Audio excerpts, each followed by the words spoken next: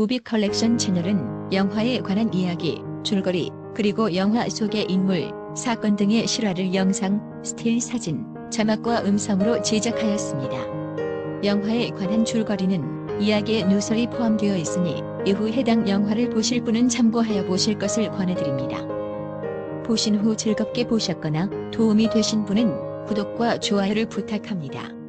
감사합니다. 영화 나를 자버린 스파이는 2018년 개봉한 미국의 액션, 코미디 영화이다.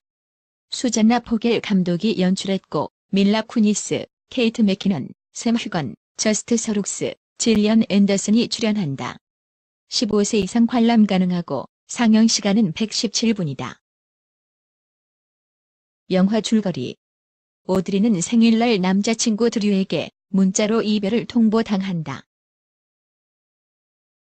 화가 난 오드리는 자기 집에 있던 드류의 물건들을 전부 태워버린다. 그런데 마지막에 이상한 트로피 하나가 나온다. 때마침 누군가에게 쫓기는 듯한 드류에게 전화가 오는데 자기 물건을 건드리지 말아달라고 부탁한다. 그리고 다음 날 잘생긴 어떤 남자 2명이 오드리가 일하는 곳에 차를 타고 나타나 무조건 차에 타라고 한다. 알고 보니 남자의 정체는 첩보원이었다. 더욱 충격적인 사실은 드류가 CIA 첩보원이고 지금 위험에 처한 것 같다며 드류의 행방에 대해 아는 게 없느냐고 묻는다.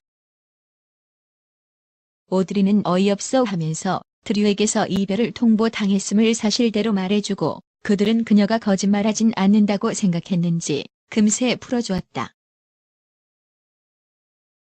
이후 오드리는 집으로 돌아온다. 그런데 드류가 집으로 찾아와서는 자신이 쫓기는 처지가 되었고 오드리를 보호하기 위해서 그랬다고 털어놓는다. 알고 보니 친한 친구인 모건이 하룻밤을 함께하려고 데려온 남자가 드류를 노린 킬러였다.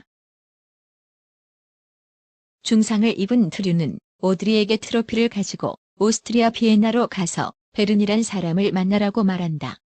친구 모건이 부추기는 바람에 오드리는 비엔나로 간다. 그곳에서 만나게 된 것은 베른이 아니라 일전에 드류를 찾던 남자 세바스찬과 더퍼였다.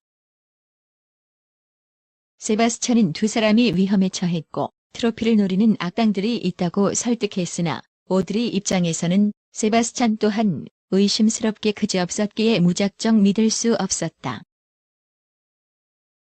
결국 오드리는 트로피를 노리고 레스토랑에 모여든 사람들 사이에 총격전이 벌어진 와중에 세바스찬을 따돌리고 도망친다.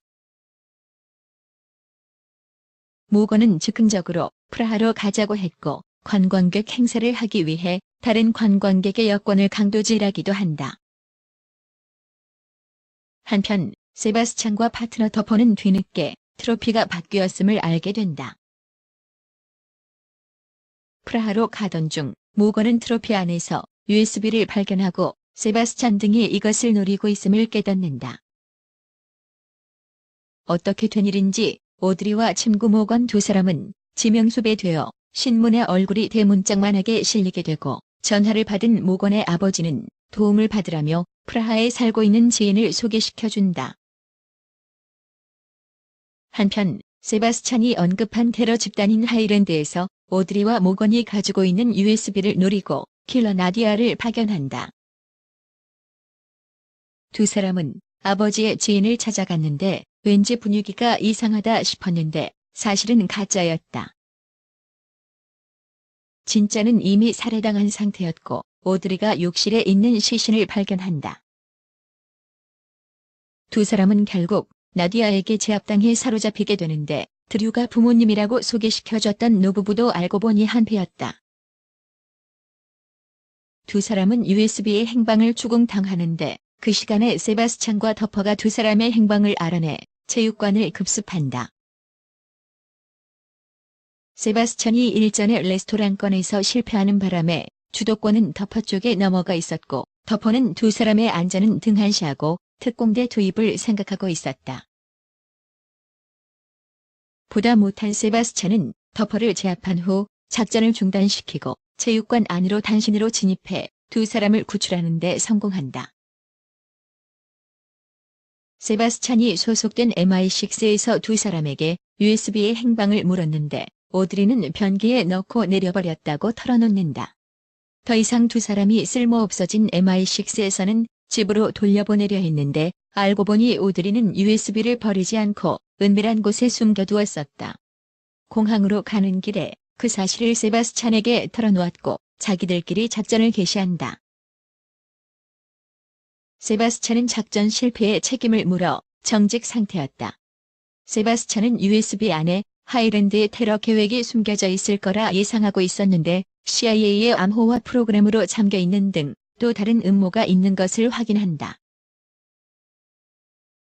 다행히 모건에게 전문가 친구가 있어 USB의 암호를 풀게 되었는데 USB 안에는 전 세계 인터넷망에 접근할 수 있는 해킹 툴이 있었다.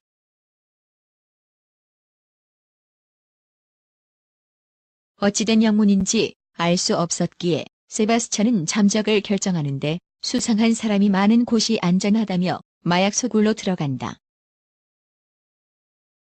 그러나 모건이 부모님에게 연락하는 바람에 그걸 추적해 터프가 나타난다. 알고 보니 그는 하이랜드의 끈앞풀이었다. 마약 소굴에 있던 어떤 남자가 자신을 쫓아온 경찰임을 의심해 터프를 공격함으로써 상황이 역전되는데 터프는 모처에서 USB를 하이랜드 쪽과 거래할 계획이었다. 거래가 이루어지는 장소는 독일 과학박람회장. 세바스찬과 오드리는 캐나다 대사 부부를 납치해 행사에 참여하지 못하게 만들고 본인들이 그들의 신분으로 위장한다. 한편 모건은 특기를 살려 서커스 공연단원으로 위장했는데 쇼맨십의 눈에 띄는 행동을 하다가 나디아와 마주치게 된다. 격전 끝에 나디아는 공중 근해에서 추락해서 사망하는데 사람들은 공연의 일부라 착각하기도 한다. 오드리는 혼란에 빠지지만 양쪽 모두를 의심했던지라 나름대로 대비를 했고 드류가 본색을 드러내자 제압하고 그 시간에 경찰이 나타나면서 상황이 종료된다. 그 후 오드리와 모건은 정보기관에 영입되어 스파이로 활동하게 되는 결말로 영화는 끝이 난다. 지금까지 나를 자버린 스파이의 영화 줄거리였습니다. 즐겁게 보셨다면 구독과 좋아요를 부탁합니다. 감사합니다.